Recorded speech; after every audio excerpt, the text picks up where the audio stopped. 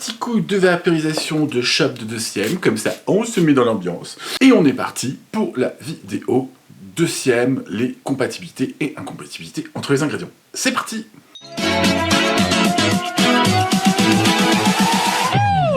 Bonjour les Skin Geeks, je suis ravi de vous revoir sur cette vidéo YouTube où je vais vous expliquer comment utiliser les produits The Ordinary, Nayod et Ilemide du groupe 2e en fait. Donc ce sont des marques du même groupe.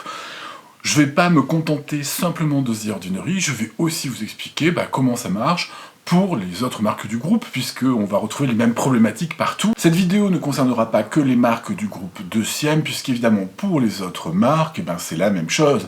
La vitamine C reste la vitamine C avec ses difficultés par exemple. Pour cette vidéo, je ferai tout à fait le distinguo entre ce qui est des incompatibilités chimiques ou de chimie organique ou d'oxyde de réduction entre les ingrédients, et également ce qui est de l'irritation cutanée ou de ce qui est dépendant du pH. Donc vous aurez 3 sections, incompatibilité, dépendant du pH et irritation. Moi, ce que je vous propose, c'est qu'on commence directement avec les produits qui ne posent stricto sensu aucun problème. Bah oui, tant qu'à faire, on va parler de ceux où on va pas se prendre la tête.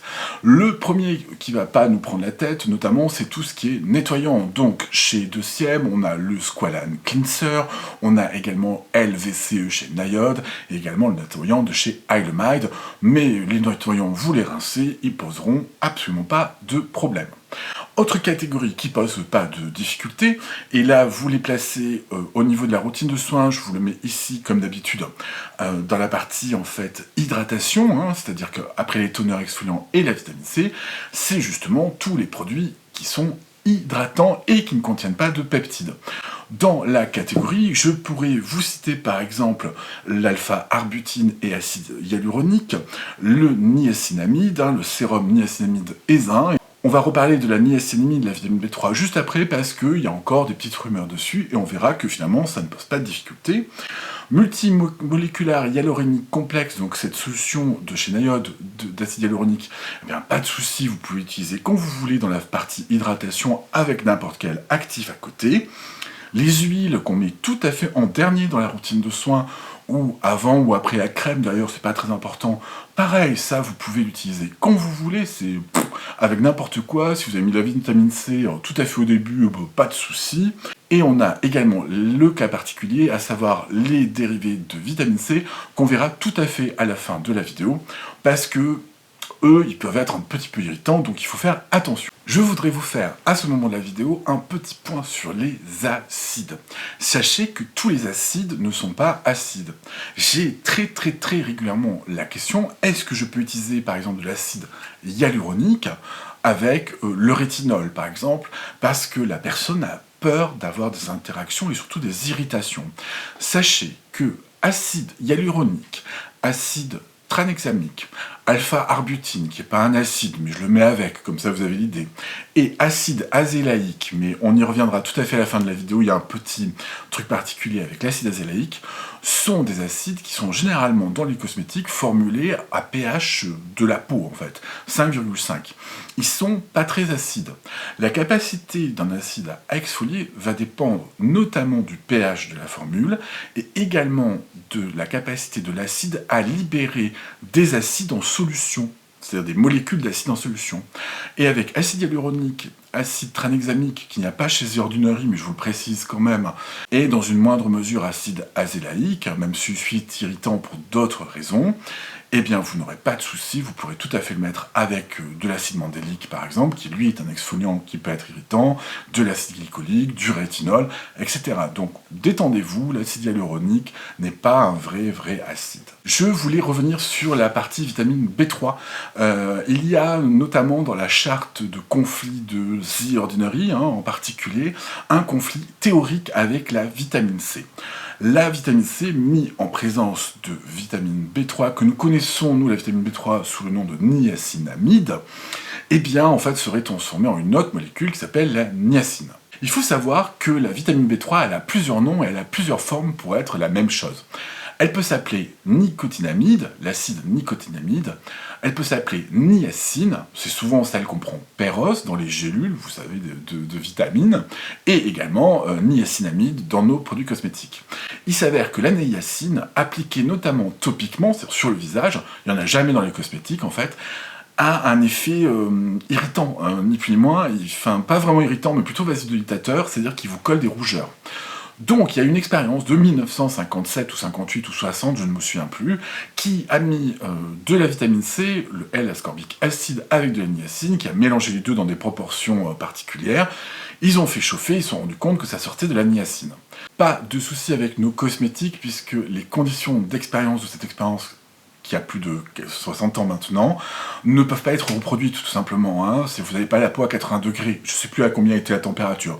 Donc vous inquiétez pas, vous pouvez tout à fait mettre niacinamide et vitamine C et l'ascorbic acide sans souci. Autre élément également, sur le site de DeCiem, ils vous disent ne mélangez pas niacinamide, la vitamine B3, avec des acides directs, tout simplement parce que ça peut rompre la niacinamide et pareil, produire un autre composé.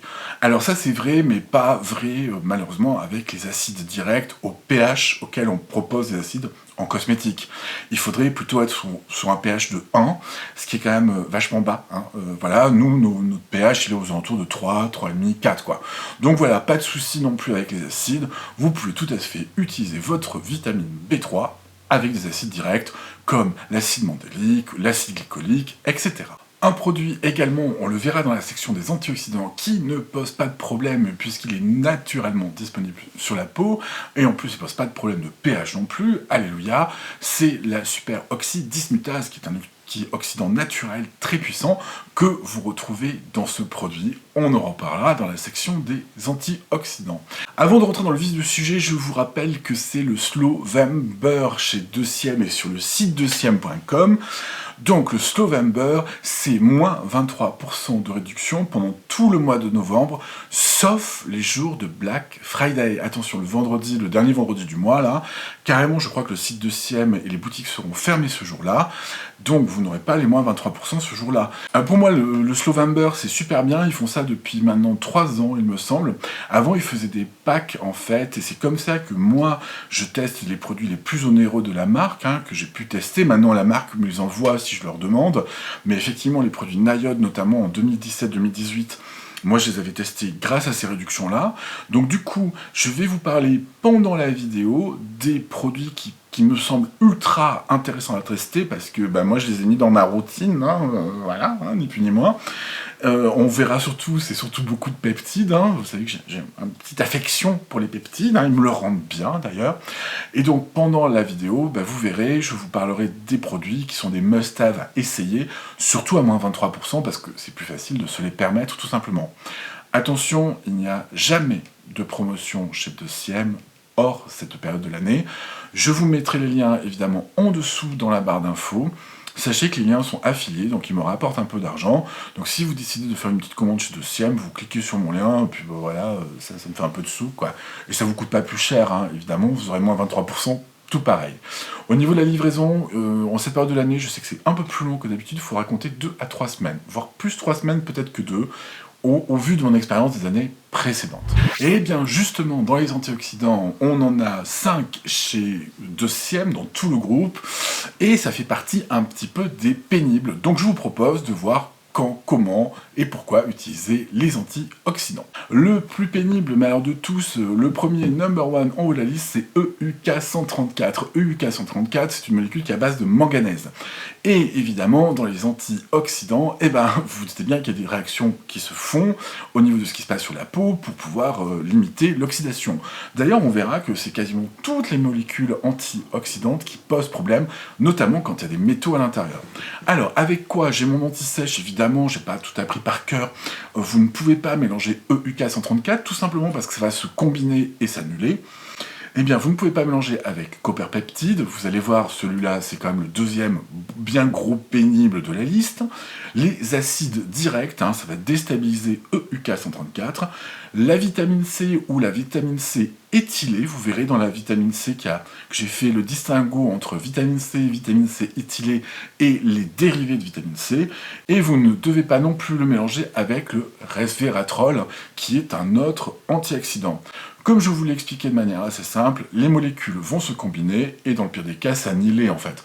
Ça va pas vous faire tomber la peau, mais ça va s'annihiler. Au niveau de la gestion des irritations, moi j'ai utilisé EUK 134 parce que sur le site de DCM, j'avais remarqué qu'il y avait plein de gens qui disaient que ça devait diminuer les rougeurs. Effectivement, ça diminue les rougeurs. Je n'ai pas continué EUK 134, tout simplement parce qu'il est trop pénible à caser dans une routine un peu compliquée. Faut le mettre plutôt à la fin parce qu'il est un peu gras, mais il faut pas avoir mis avant de copperpeptide, pas d'acide, pas de vitamine C, pas de oh là, j'arrive jamais à le dire celui-là. Pas de Revestarol. Bon, je le trouve un peu compliqué à utiliser et finalement, je n'avais pas des résultats très foufou. Est-ce que vous pouvez le combiner avec un autre antioxydant? Est-ce qu'il y a du bénéfice? Oui, mais uniquement finalement avec le pycnogénol, vous ne pouvez pas mettre autre chose avec. Resveratrol, le deuxième pénible dans les antioxydants. À partir du moment où vous avez des antioxydants, c'est souvent compliqué. On remarque bien que les problématiques, c'est souvent avec la vitamine C, le rétinol, enfin, bref, tout ce qui est antioxydant. On peut gagner et perdre des électrons, ben oui, ça pose problème. Eh bien, le resveratrol, vous ne pouvez pas le mélanger avec les copperpeptides, avec les peptides non plus, avec évidemment, on vient de le voir, EUK 134. Donc même chose que pour notre pote EUK 134, il va se combiner avec les molécules, il va déstabiliser le copperpeptide, bref, vous allez perdre le bénéfice. Bon voilà, resveratrol, bof, hein, un peu compliqué aussi. Au niveau irritation, le resveratrol, moi je l'ai jamais utilisé, c'est extrait de la grappe de raisin, il me semble. C'est un puissant antioxydant qu'on retrouve notamment beaucoup dans la marque Caudalie, je ne peux pas vous en dire plus. Le troisième antioxydant, et évidemment antioxydant pénible, c'est pycnogénol, mais lui c'est quand même le moins pénible, et je l'ai d'ailleurs, le pycnogénol. C'est un extrait en fait, le pycnogénol c'est le nom commercial de la molécule, mais ce n'est plus ni moins qu'un extrait comme ça, très foncé, du pain maritime. D'ailleurs, pycnogénol, c'est, je crois, produit en France. Hein. Je crois que la société qui produit pycnogénol est française. DCM rachète, en fait, directement. Au niveau des incompatibilités du pycnogénol, qui est un excellent antioxydant, eh bien, je vous le donne en 10 000, toujours copperpeptide. Hein. Voilà, on ne change pas une équipe qui perd, hein. C'est toujours pareil. Donc dans la même routine, ne mettez pas le pycnogénol et le copperpeptide en même temps, puisque vous allez perdre les bénéfices des deux. Ils vont se combiner en autre chose, je sais pas quoi d'ailleurs, mais en tout cas, ils vont s'inhiber. Donc ça, c'est vraiment dommage à ce niveau-là de mettre les deux produits ensemble, là, il faut pas. Est-ce que le pycnogénol est irritant? Moi, je m'en suis servi un tout petit peu, je m'en suis pas servi beaucoup, tout simplement parce que c'est une forme anhydre un peu huileuse et que j'aime pas trop ça, en fait. Ça se met au plus proche des crèmes, ici, hein, dans mon schéma. Voilà, le pycnogénol, ce sera après les hydratants à queue. D'ailleurs, les 3 antioxydants de chez DCM seront à ce moment-là. Également, un autre produit que je tiens à vous signaler, c'est Survival Zero, puisque Survival Zero, c'est également du pycnogénol à l'intérieur. Il y a du moins du pycnogénol à l'intérieur. Et donc du coup, Survival Zero, vous ne le mettrez pas en même temps que le copperpeptide, quel que soit le copperpeptide, et on verra qu'il y a des petites astuces, parce que dans la marque, du copperpeptide ou du cuivre, puisque c'est lui qui pose problème, il y en a dans des produits qui ne sont pas appelés copperpeptide. Je voulais vous parler de mon produit préféré en termes d'utilisation dans tous ces antioxydants. Je vous en ai parlé en tout début de vidéo, ça s'appelle SDSM2, c'est la super oxydismutase 2. Ça se présente comme ça en flacon vaporisateur à appliquer au début de routine. C'est un super antioxydant. Vous allez me dire, mais c'est bizarre Ursus, dans ta vidéo de l'an dernier, tu avais dit que ça t'irritait. Oui, effectivement, ça m'irrite, mais en termes de contre-indication avec d'autres molécules, il n'est pas pénible. Donc vous pouvez l'utiliser comme vous voulez. Donc voilà, c'est un produit qui est un peu cher puisqu'il est dans la marque Nayod. Et c'est pour ça que je vous le cite ici, parce que c'est vraiment un truc à essayer, parce que à ce prix-là, moins 23%, ça vaut le coup. Je vous mets le lien évidemment en dessous. On va attaquer maintenant les peptides avec le premier peptide qui est le copperpeptide, le peptide de cuivre. Le peptide de cuivre, c'est le peptide qui est le plus utilisé, qui est le plus surtout étudié au niveau des papiers scientifiques, Tout simplement parce que on l'a utilisé en médecine, notamment pour cicatriser, et on a vu, associé à cette cicatrisation, qu'on avait de la relance de collagène et peut-être même d'élastine. Et ça, c'est cool. Et je peux vous garantir, au niveau de mon expérience personnelle, que je ne veux plus jamais enlever le copperpeptide sous quelque forme que ce soit de ma routine. Je l'utilise que le soir, mais alors je ne veux plus jamais l'enlever. C'est fini. Hein.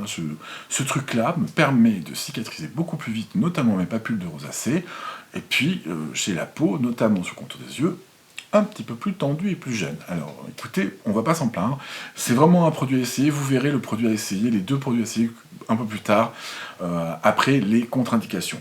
Dans la famille Copper Peptide, qui est-ce qu'on a? On a le buffet Copper Peptide chez The Ordinary, on a également Kais Copper Amino Isolate Serum chez Nayod, on a le Subcuskin, et ouais, le Subcuskin chez Hylamide, il n'a pas du copper peptide, mais il a du copper lysate, donc en fait il a du cuivre à l'intérieur, donc c'est lui qui va poser problème. On a un troisième produit qui est Kyle, qui est le produit en tube chez Nayod. Au niveau de la famille des produits copper peptide, donc ce qui pose problème en fait dans le copper peptide, c'est surtout la partie cuivre, plus que la partie pepside.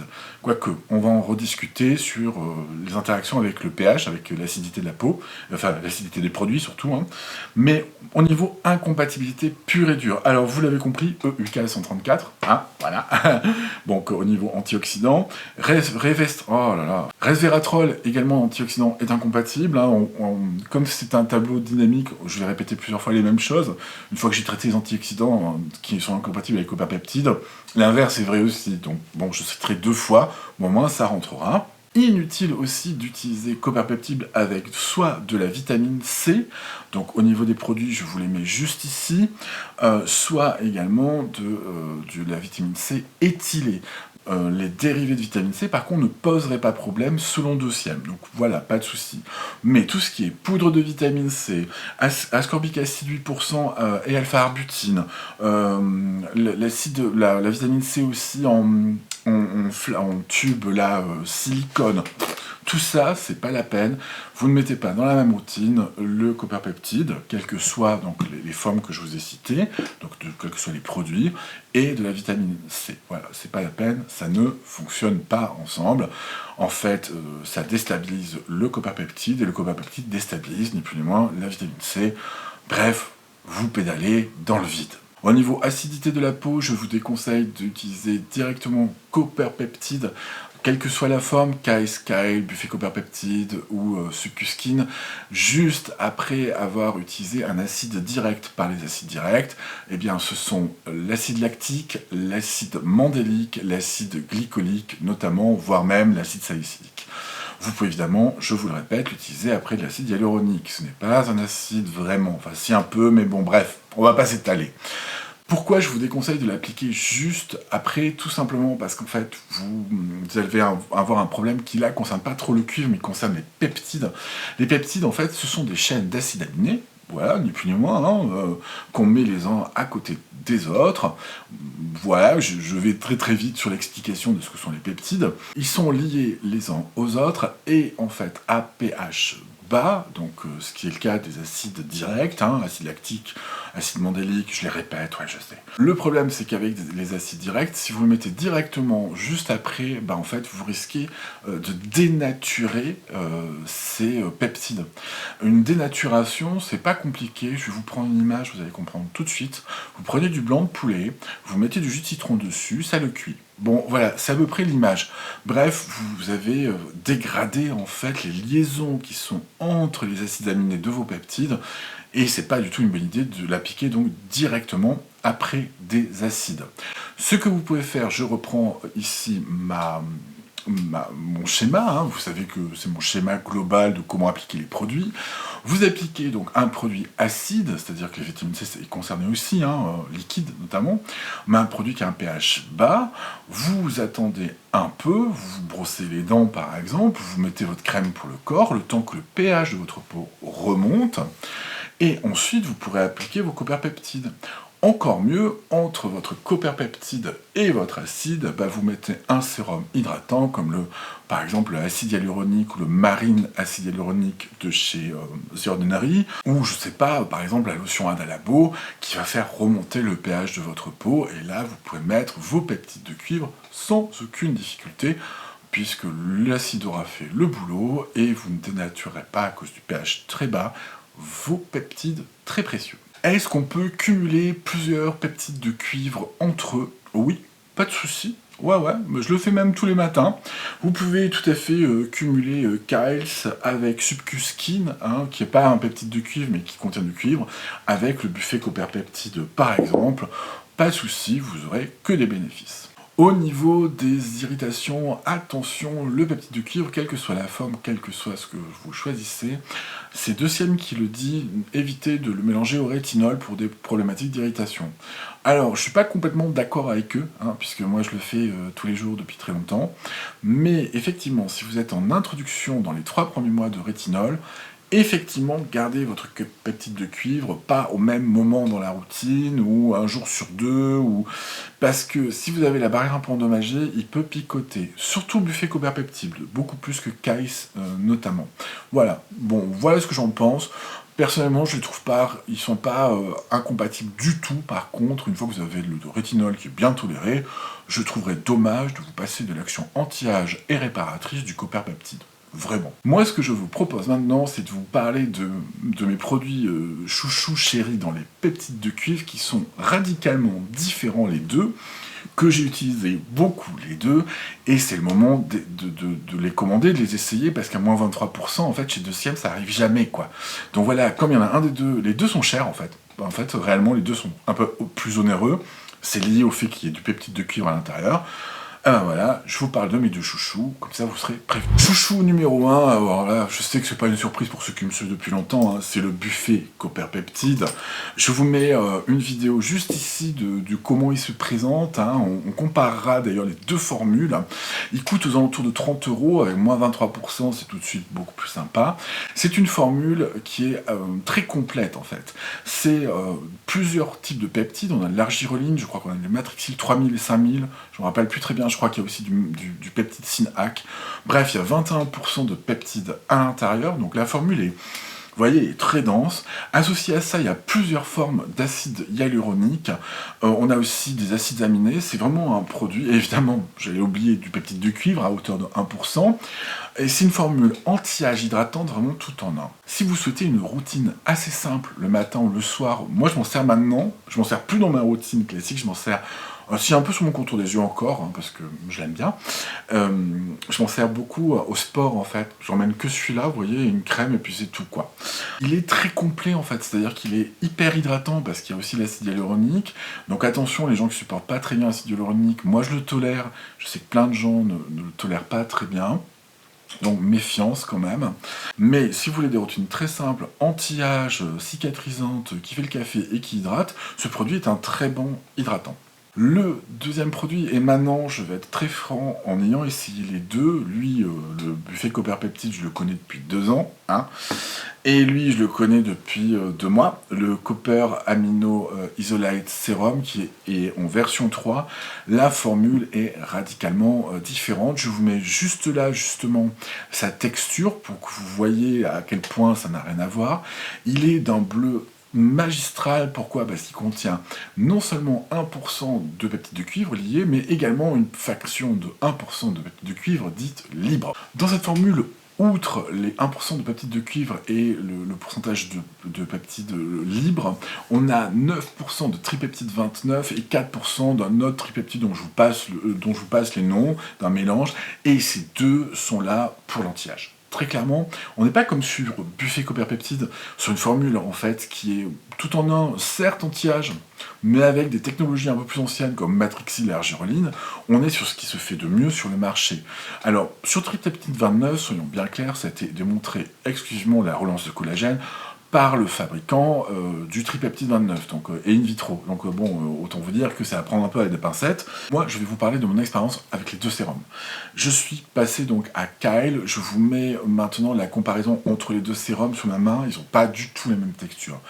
Kais, il est très clairement pas hydratant. C'est pas un sérum hydratant, vous le voyez, il est très liquide, c'est un sérum traitant. Si vous n'aimez pas les sérums très liquides, c'est pas pour vous. Clairement. On dirait de l'eau. Hein. Il est très peu hydratant parce qu'il y a très peu d'acide hyaluronique à l'intérieur. C'est l'acide hyaluronique cross-polymère, je suis pas complètement sûr, mais il me semble. Et cet acide hyaluronique-là, en fait, il est là pour aider la pénétration, ni plus ni moins, des peptides. Voilà. C'est tout. Hein. Donc, comptez pas dessus pour hydrater. Moi, quand je l'utilise, immédiatement après, j'ai mes rougeurs qui diminuent, mais un truc de malade. Beaucoup plus qu'avec le buffet Copper Peptide. Mais vraiment beaucoup plus. Ça m'apaise, vraiment il se passe un truc au niveau de l'inflammation sur ma peau avec le Kais, et depuis que je l'ai, j'ai plus envie de le lâcher malgré le prix, donc autant vous dire que je vais en recommander, hein, en même temps que vous, hein, comme tout le monde, puisqu'il y a la réduc. L'autre truc, et là pour l'instant je peux pas trop me prononcer, c'est sur la partie anti-âge. Pour ceux qui ont des problèmes avec le rétinol, ça peut être, à mon avis, un bon truc à essayer, quoi. Alors, sur la partie anti-âge, il va falloir attendre sur du très long terme. Moi, j'avais déjà eu des effets avec le buffet Copper Peptide, juste avec le peptide de cuivre, hein. C'est-à-dire que je m'en servais juste pour mon contour des yeux pour tester, et effectivement, j'avais une belle réduction de mes ridules, hein, donc belle réduction. C'était suffisamment observable, on va dire. Au niveau de la qualité de la peau, c'est vrai qu'avec Kais, quand je l'utilise, c'est mieux, quoi. Il n'y a pas photo, c'est mieux. Donc voilà, Kais et buffet Copper Peptide, c'est vraiment des peptides à essayer si vous voulez économiser un petit peu, parce que hors Slovember, ça coûte un peu un bras. On va passer maintenant aux peptides normaux, hors Copper Peptide. Et on va donc parler de buffet, donc le buffet normal, hein. On va parler de argireline, la solution argireline, la solution de matrixyl et acide hyaluronique. On va parler aussi du SubQ-Eyes, donc celui-là vous le connaissez, hein, ça fait partie de mes favoris aussi, même si j'ai arrêté de l'utiliser pour utiliser FEC, F-E-E-C, Fractioned Eye Contour Concentrate de chez Nayod. Également, on parle du multipeptide sérum for hair density, donc ce sérum pour les cheveux que moi j'utilise sur la barbe, qui est fabuleux. Oh, il fait partie de mes favoris aussi, je vous en ai jamais parlé, mais je vous en parle après. Allez. Et on va parler également du sensitif fixe, c'est-à-dire qu'en fait, tous les produits contiennent des peptides, ni plus ni moins. Est-ce que toute cette famille de produits que je vous ai mis ici est incompatible avec d'autres familles de produits? Pas vraiment, en fait. Non, pas vraiment.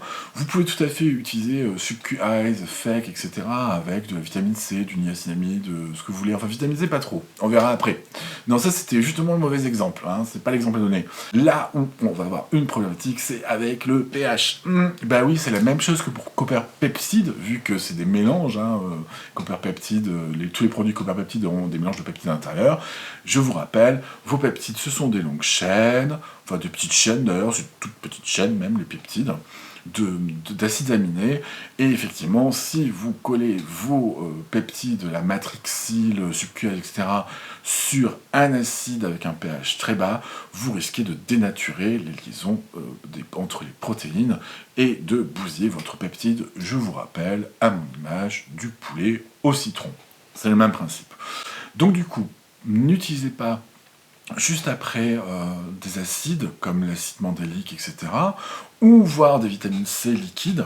Il n'y en a pas vraiment chez Dociem de vitamine C liquide à base d'eau, en fait, à pH très bas, mais par exemple le Seglo du Geek and Gorgeous, allez pas coller juste derrière le peptide.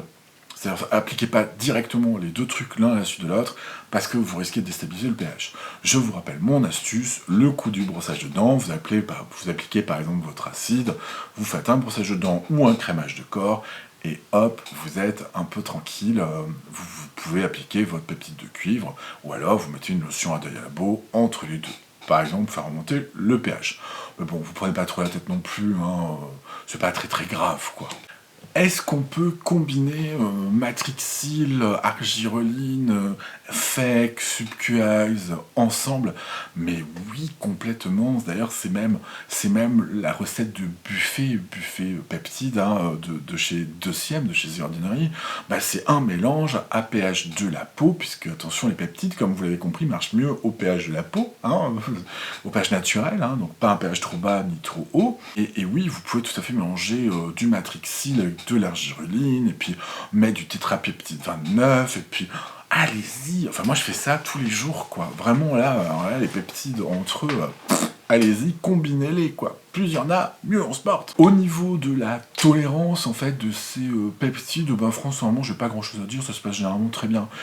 Vraiment, les peptides, c'est souvent les anti-âges, hein, argireline, matrixyl, FEC et compagnie, qu'on conseille notamment aux peaux sensibles. Il peut y avoir des soucis, hein, je dis pas le contraire, hein, il peut y avoir des gens qui supportent pas le matrixyl, qui supportent pas l'argireline, le tripeptide 29, etc. Mais bon, d'une manière générale, c'est plutôt très bien toléré. Et je vais vous indiquer, bah, moi, mes peptides chouchous, hein, y en a deux, je vous donne 10 000, et les deux sont pour le contour des yeux, pas quelle surprise. Le premier, c'est SubQ Eyes, que je vais me racheter là. Je l'avais arrêté parce que je suis passé au deuxième, qui est plus cher, mais je le reprends parce que je l'aime bien quand même. Vous voyez, ouais, je suis insupportable. Donc le SubQ Eyes, c'est cette petite solution, j'en ai plus là, c'est celui qui est vide, qui est un petit peu laiteux. Ça marche bien, j'ai beaucoup de retours du SubQ Eyes, notamment sur les gens qui ont des cernes violettes, en fait. Hein. Ça améliore. Alors, pas en 2 applications, hein, évidemment, n'exagérez pas, hein, parce que ça je l'ai aussi. Je comprends pas, ça fait 2 fois que je l'applique, j'ai toujours mes cernes. Oui, bah déjà les cernes violettes, pour les faire partir ou les amoindrir, faut y aller. Et si vraiment c'est juste par exemple par transparence, allez, je fais une discrétion mais qui n'est pas importante. Si vous tirez votre peau vers le bas, et que là vous voyez que votre zone en fait, en tirant votre peau sombre, elle ne bouge pas, c'est pas la peine de vous fatiguer avec SubQ Eyes ou des produits contre des yeux, ils marcheront pas, parce que c'est la transparence de votre peau qui montre les vaisseaux sanguins. Bon voilà, vous avez l'astuce. Si par contre votre zone elle bouge en même temps que votre œil, hein, je vais me mettre de l'anti-cerne, si elle bouge en même temps que votre œil, là par contre c'est la peau. Et donc là vous pourrez avoir une action.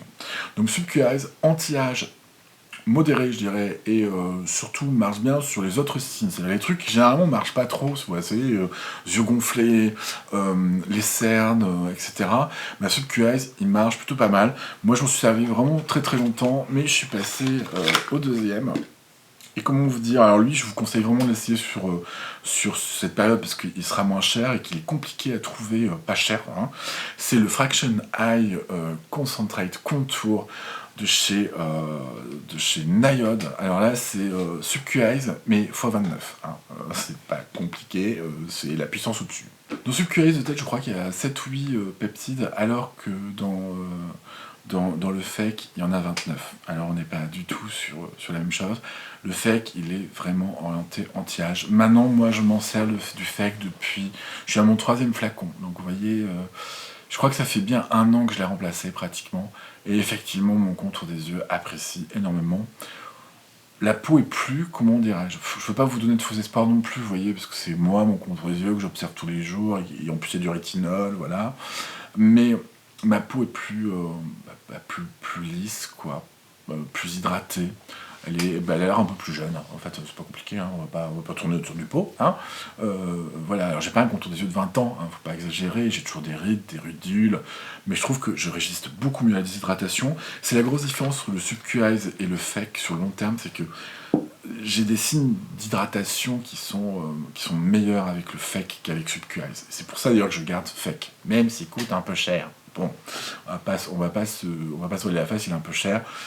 Très clairement, quand je l'applique, ne serait-ce que directement, il réhydrate mon contour de l'œil très bien. J'essaie de l'appliquer matin et soir, je mets juste une goutte, mais voilà, vous voyez, je lutte pour pas en mettre plus. C'est un produit que j'aime beaucoup. J'aimerais beaucoup aussi pouvoir l'appliquer sur l'ensemble du visage, parce qu'il est vachement bien aussi. Je l'ai testé ici sur ma ride du lion, juste un tout petit peu, une micro-goutte, hein, parce que le flacon est pas gros. Hein. Je trouvais que j'avais du mieux avec, alors j'ai arrêté, parce que ça coûte un peu cher. Hein. Voilà, vous comprenez le problème, mais moi, je ne jure que plus que par celui-là. C'est-à-dire que le SubQ Eyes, je l'ai mis un peu de côté, clairement. On continue maintenant avec les rétinoïdes. Au niveau des produits que vous aurez chez The Ordinary, Deciem et Nayod, il n'y en a pas chez Hylemide d'ailleurs, et chez Nayod de rétinoïdes. On va parler de Granactive rétinoïde, on va parler également de rétinoïde 2% en squalane, et un rétinoïde qui est mon préféré. Clairement, ça c'est le moment pour l'essayer, qui est celui-ci, qui est la Retinol. On en parlera après, hein. Mes produits préférés, je vous les mets après. Au niveau incompatibilité, c'est-à-dire est-ce qu'avec quoi il ne faut pas mélanger les rétinoïdes, ben eux, ils posent pas vraiment de problème en fait, hein. Très clairement, eux, vous pouvez les utiliser avec n'importe quelle autre molécule, vitamine C, copper-peptide. Moi je fais beaucoup de mélange avec le copper-peptide, mais on verra qu'il y a quand même avec copper-peptide, je vous l'ai déjà expliqué sur la partie copper-peptide, eh bien, qu'il ne faut pas trop les utiliser au début, hein, ça peut picoter parce que la barrière est entamée à cause des rétinoïdes, mais globalement, vous pouvez vous en servir comme vous voulez. Au niveau pH, pas trop de soucis non plus, mais toutefois, il faut savoir que les rétinoïdes fonctionnent mieux au pH de la peau, donc moi je vous conseille de les mettre comme ici, juste avant votre crème, hein, juste tout à fait en dernier. Comme ça, on est sûr que votre pH, après votre sérum hydratant par exemple, bah, il est remonté suffisamment et que ce sera le plus efficace possible.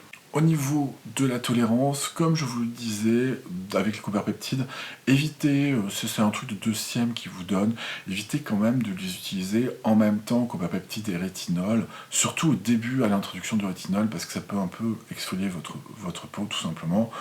Bon, voilà, moi j'ai pas trop envie de vous dire, pas trop de soucis quand même, hein. Voilà, quand vous êtes bien habitué au rétinol, introduit copper-peptide, par sécurité, mais il y a plein de gens qui utilisent les deux en même temps, comme moi, ça se passe très très bien. Au niveau des irritations, donc là c'est vraiment le point gênant, et je vous en ai déjà parlé dans une autre vidéo YouTube, hein, sur les anti-âges. Quand vous avez un rétinoïde, attention avec les acides exfoliants, notamment mandéliques, etc., etc. Je ne vais pas me répéter.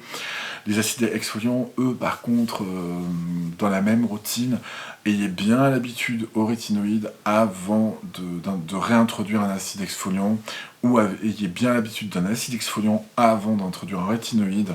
Vraiment, ça c'est important, parce que autrement, là, vous allez vous flingouiller la peau. Également, la vitamine C qui peut être irritante avec les rétinoïdes, ça peut être compliqué. Voilà. Les rétinoïdes, donc pour résumer, c'est pas bien compliqué sur les interactions, mais sur la partie irritation, il faut être un petit peu vigilant. Est-ce que les rétinoïdes, vous pouvez les combiner entre eux? Non. Non, vraiment, hein, vous en choisissez un produit rétinoïde, hein, pas 30 000, et vous ne mélangez pas dans la même routine du grain actif rétinoïde et du rétinol, par exemple, hein, non, ou du rétinal. Hein. Il n'y en a pas chez 2e du rétinal, mais non, ça c'est une très mauvaise idée. Le produit à essayer pour ce Black Friday, c'est un produit qui n'est pas dans la gamme Hylamide, etc. C'est dans la gamme Chemistry Brown, qui est la gamme Core.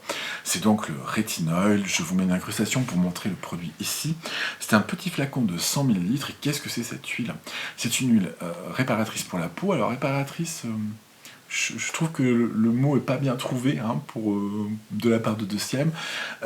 C'est plus une huile anti-âge en fait, hein, qui va avoir une action sur évidemment sur l'élasticité de la peau, sur la texture de la peau, sur les signes de l'âge et du vieillissement, hein, tel que le photoaging. Et pourquoi? Tout simplement parce que c'est une huile au grain actif rétinoïde, au HPR. Alors, petite précaution quand même, faites un petit peu attention, parce que la peau est costaud, mais par exemple sur le cou, la rétinoïde, elle peut chatouiller, hein, elle peut être irritante, parce que ça reste un rétinoïde. Je vous la conseille de vous la mettre vraiment tout à fait en dernier, ou juste avant votre crème corps. Certains l'utilisent même sur le visage. Moi, je n'irai pas parce qu'elle est parfumée. Moi, c'est un produit que j'utilise depuis 2019. Je suis très feignant sur le corps, en fait. Je suis très feignant sur le corps. Du coup, quand je l'avais utilisé, notamment après le sport, très régulièrement, je trouvais que ma peau, notamment du ventre, qui est un peu distendue, hein, voilà. Hein. Alors, ne remontez pas tout, hein, c'est pas de la chirurgie, faut pas pousser ma main dans les orties, mais c'était plus tendu, quoi. Vous voyez, légèrement, hein, pas. Franchement, ne croyez pas que ça va vous faire comme de la chirurgie, je me répète, hein, mais c'était vraiment mieux. Il y avait vraiment du mieux. Je l'ai utilisé notamment aussi sur les triceps, ici, pour retendre un peu la peau. Alors, je sais bien que Voilà, je me répète une troisième fois, retendre, c'est pas, voilà, c'est pas un lifting, hein, vraiment, mais il y a un effet sur la qualité de la peau, et la qualité de la peau notamment, qui perd en laxité, mais ça c'est normal, c'est les rétinoïdes, ça fait ça, hein, voilà. Donc sincèrement, essayez-la, cette huile, elle est légèrement parfumée avec une odeur d'agrumes. Moi j'aime beaucoup parce que c'est mon odeur de sport en fait. Et là, je réalise que ça fait longtemps que j'ai pas été. Bref, voilà, autre sujet, c'est un bon moment pour essayer cette huile. Vous allez potentiellement pouvoir tomber accro. C'est une très très bonne huile corps pour l'anti-âge et les trucs qui chutent. Vous voyez ce que je veux dire? Voilà. On va maintenant passer à la catégorie des acides. Alors, vu qu'on a vu tous les autres jusqu'à présent, on est à la moitié de la vidéo, bon clairement on va aller un peu plus vite, hein, parce que vous avez compris ce qui est compatible et pas incompatible. Donc les acides, c'est qui les acides chez The Ordinary? Il a l'acide glycolique à 7%, vous savez, ce grand teneur là en 240 ml, je vous en ai déjà parlé. L'acide lactique 10%, l'acide lactique 5%, et l'acide mandélique. Je ne pas l'acide hyaluronique qui n'est pas vraiment très acide et encore moins exfoliant, ou l'acide azélaïque, j'en parlerai un peu plus tard. Avec quoi les acides sont incompatibles?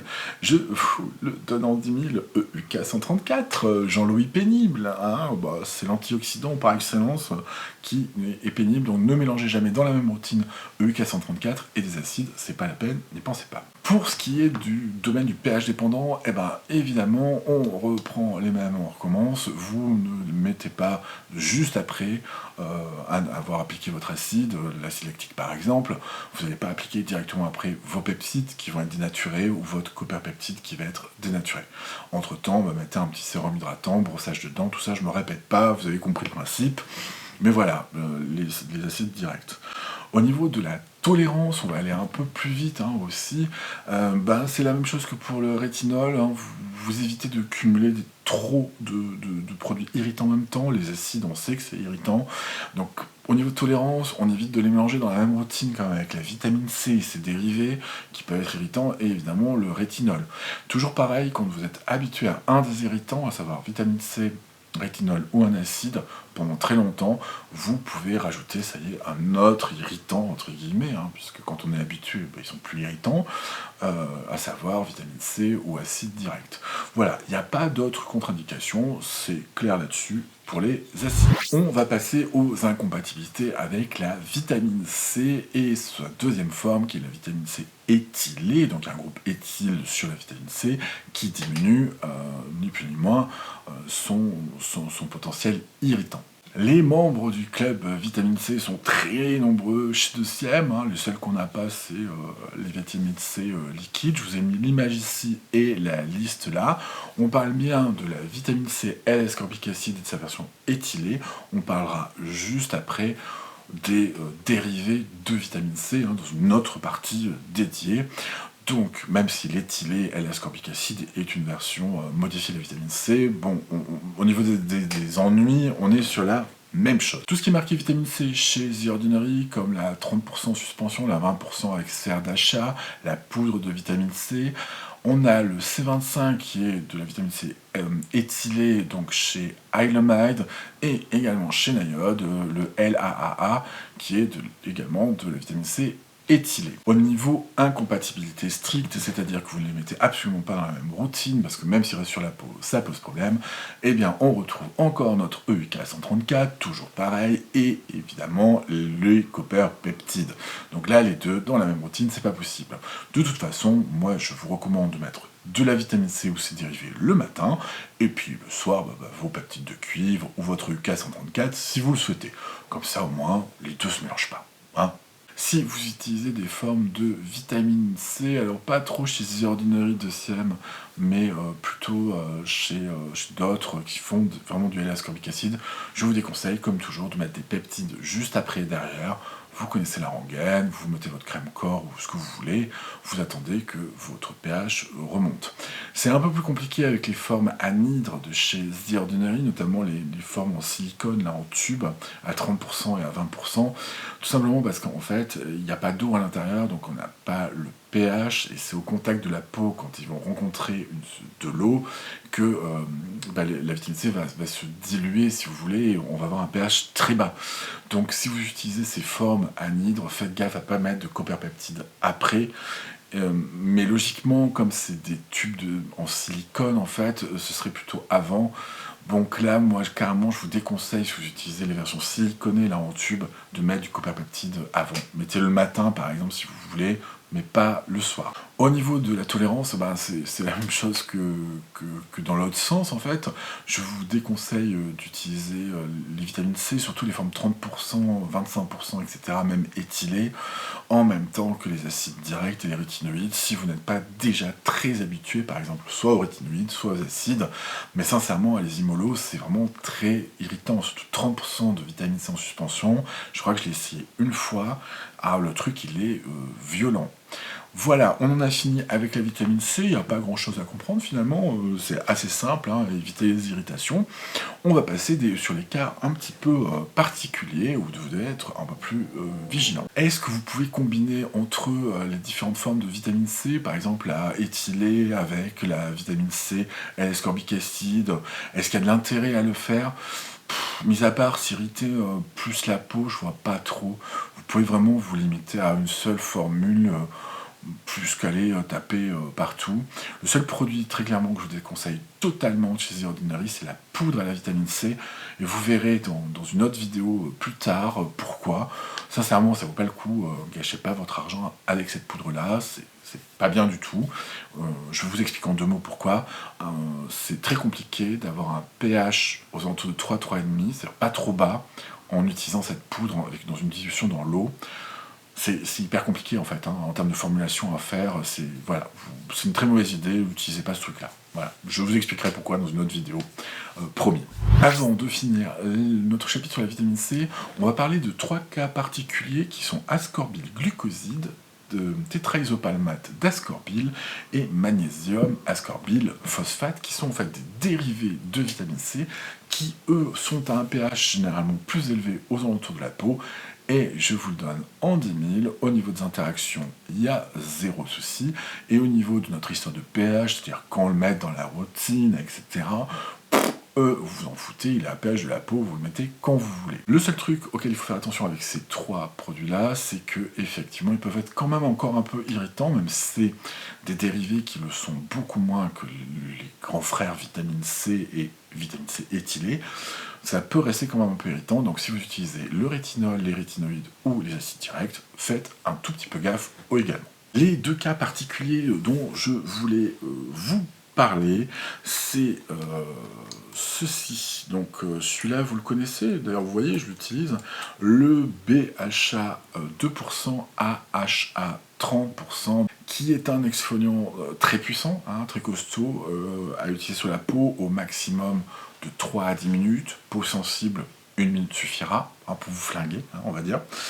Vous savez, ce truc a buzzé partout sur YouTube, Instagram, etc., qui est rouge, qui est effectivement un peeling très efficace.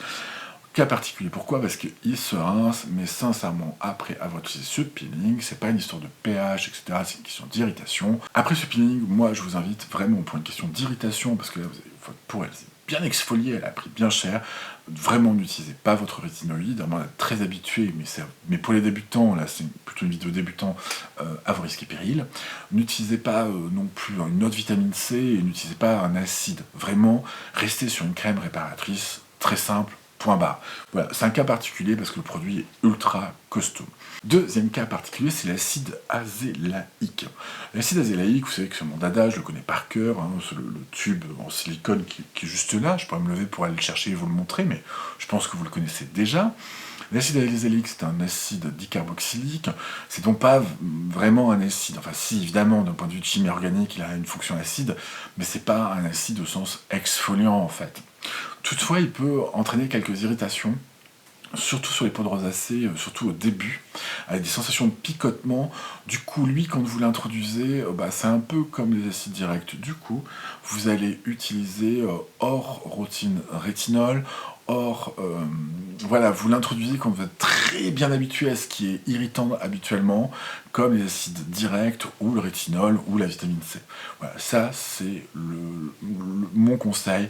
Si vous avez un doute, allez voir ma vidéo sur l'acide azélaïque. Il n'est pas exfoliant, mais il peut donner des petits picotements, des irritations, des trucs un peu bizarres, notamment sur les peaux de rosacée. Mais dans ma vidéo acide azélique, je vous explique ça très très bien. C'est un acide, normalement, si vous me suivez depuis longtemps, vous connaissez la rengaine. J'en parle tellement souvent que j'en peux plus de l'acide azélique. Voilà les Skin Geeks, j'espère que c'est beaucoup plus clair pour vous. Hein. Si ça l'est pas, c'est que j'étais un mauvais pédagogue. Après, tant pis pour moi. Je vous souhaite une bonne semaine.